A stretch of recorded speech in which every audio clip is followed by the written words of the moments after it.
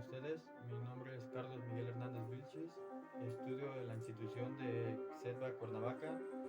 Estoy cursando el módulo de electrónica del automóvil. Les explicaré un poco de lo que es la ley de Ohm, ley de Kirchhoff y los circuitos eléctricos. Eh, También les enseñaré un poco de cómo utilizar el triángulo de la ley de Ohm y haremos una pequeña fórmula para entenderse mejor. Gracias. Empezando con la ley de Ohm, la ley de Ohm fue postulada por el físico y matemático alemán Georg Simon. Ohm es una de las leyes fundamentales de la electrodinámica, estrechamente vinculada a los valores de las unidades básicas presentes en cualquier circuito eléctrico, como son voltaje o tensión, el cual se representa en volts; intensidad de la corriente o amperaje, el cual se representa en amperaje o intensidad de corriente en la ley de Ohm; resistencia en ohm, el cual se representa la carga o un consumidor conectado al circuito. Debido a la existencia de materiales que dificultan más que otros el paso de corriente eléctrica a través de estos, cuando el valor de su resistencia varía, el valor de la intensidad de corriente en amperaje también varía de forma inversamente proporcional. Es decir, a medida que la resistencia aumenta, la corriente disminuye, y viceversa. Cuando la resistencia al paso de la corriente disminuye, la corriente aumenta, y siempre que para ambos casos el valor de la tensión o voltaje se mantenga constante.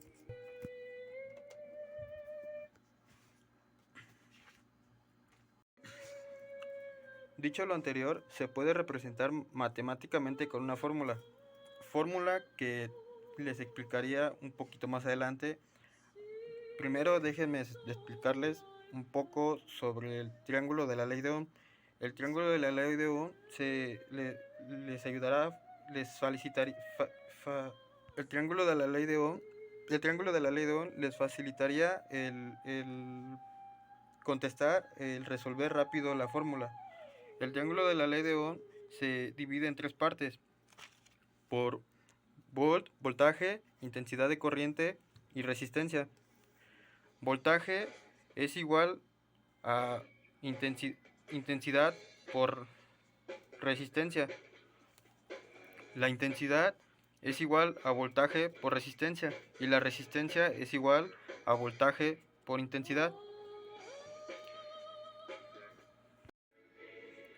Esta es una fórmula para poder entender un poco más, tener más en claro cómo utilizar el triángulo de la ley de Ohm. Se tendría que, para sacar el voltaje, que es 12 en este circuito, en este circuito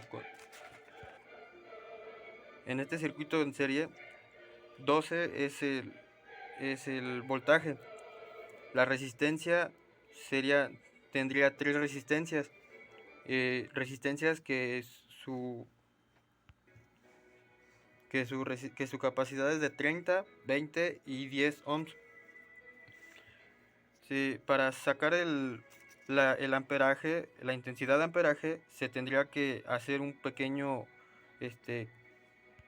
ejercicio matemático.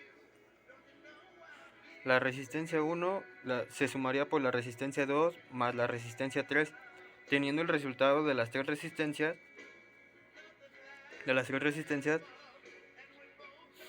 Se multiplicaría por el amperaje, pero para obtener el amperaje se tendría que hacer este pequeño ejercicio: resistencia 1 más resistencia 2 más resistencia 3 entre los 12 volts, que tendríamos que sacar su resultado o algo que se le acerque.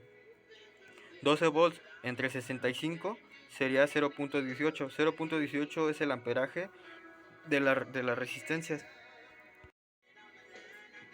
Los 12 voltios entre los 65 ohms es igual a 0.18 de amperaje. Ahora, teniendo el amperaje, ya podríamos utilizar el triángulo de Ohm, que sería que voltios es igual a Intensidad por resistencia. Intensidad por resistencia, en este caso sería 0.18 de intensidad por 65 ohms de resistencia. Es igual a 11.7. 11.7 se le acerca a los 12 volts que tendríamos de resultado. Es totalmente correcto sacando con que no se pase de 12 o no le falte más de 2 o más de 1, está totalmente correcto. A continuación les explicaré un poco de los circuitos eléctricos que existen y un poco de la simbología para entenderse un poco mejor. La resistencia se representa con este tipo de imagen en casi todos los diagramas. La batería con corriente directa y es como ohms. El circuito en serie. En este tipo de circuito, la misma corriente fluye a través de todos los elementos del circuito y en cualquier punto del circuito la corriente es igual, ya que existe un solo camino desde la fuente de tensión o a través de todos los elementos del circuito, hasta regresar nuevamente a la fuente. Los circuitos en paralelo tienen dos o más caminos independientes. Desde la fuente de tensión, en este tipo de circuito, los bornes o terminales de entrada de todos los dispositivos conectados, generadores, resistencias, condensadores, etc., coinciden entre sí. Lo mismo que sus terminales de salida. También se encuentran los circuitos mixtos. Los circuitos mixtos son una combinación de los circuitos en serie y paralelo.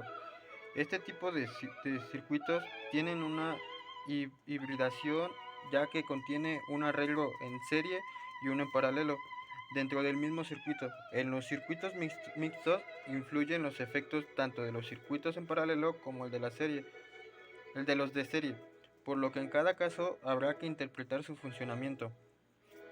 Los circuitos en serie, para obtener su resultado en cualquier método se suma. El circuito en paralelo se divide y los circuitos mixtos